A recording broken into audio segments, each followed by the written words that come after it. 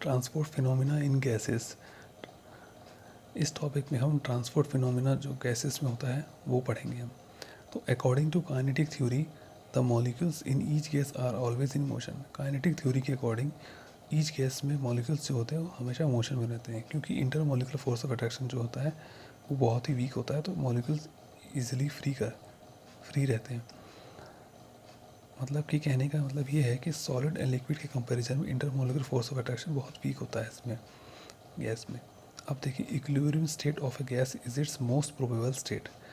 Equilibrium state जो होता है गैस का वो होता है मोस्ट प्रोबेबल स्टेट। अब देखें, if the gas is not in equilibrium the following 3 cases में अराइज। अगर गैस इक्विलिब्रियम में नहीं है तो 3 केसेस अराइज होंगे। तो हमें ये 3 केस स्टडी करने हैं इस टॉपिक में। तो पहला केस है, if there is difference in velocity of flow of different gases layers. अगर गैस की डिफरेंट लेयर्स की वेलोसिटी का फ्लो में डिफरेंस आता है, there is a transfer momentum from the molecules of fast moving layers to that of slow moving layer which gives rise to the phenomena of viscosity. देखिए, gas की different layers हैं, उनकी different velocity के साथ flow करेगा, किसी की कम होगी किसी की ज़्यादा होगी, तो उसकी उस वेलोसिटी की वजह से मोमेंटम ट्रांसफ़र होगा फास्ट मूविंग लेयर से स्लो मूविंग लेयर्स के लिए, जिसकी वजह से इंटरनल फ्रिक्शन अपोजिट डायरेक्शन से अपोज करेगा। वो इंटरनल फ्रिक्शन जो है वही हमें उसी इंटरनल फ्रिक्शन को हम अदर वर्ड्स में कहते हैं विस्कोसिटी, जो कि राइज होगा इस केस में। अब सेकंड केस की बात करें, if there is a difference in temperature of different gases layer.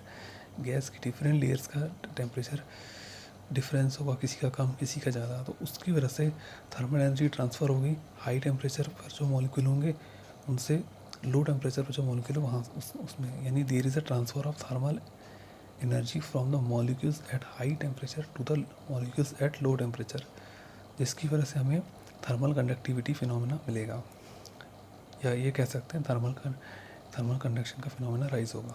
अब थर्ड केस की बात करें, if the concentration of molecule that is the number of molecules per unit volume is different in different parts of a gas.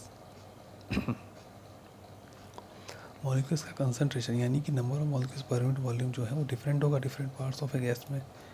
तो there is transfer of molecules from the high concentration region to the lower concentration region, that is there is a diffusion as a result of transfer of mass। अब देखिए, different parts of gas जो है उसमें number of molecules जो हैं उनका high concentration region से lower concentration region में ट्रांसफ़र होगा, यानी कि डिफ्यूजन होगा। डिफ्यूजन का मतलब होता है इंटरमिक्सिंग, आपस में इंटरमिक्स होंगे।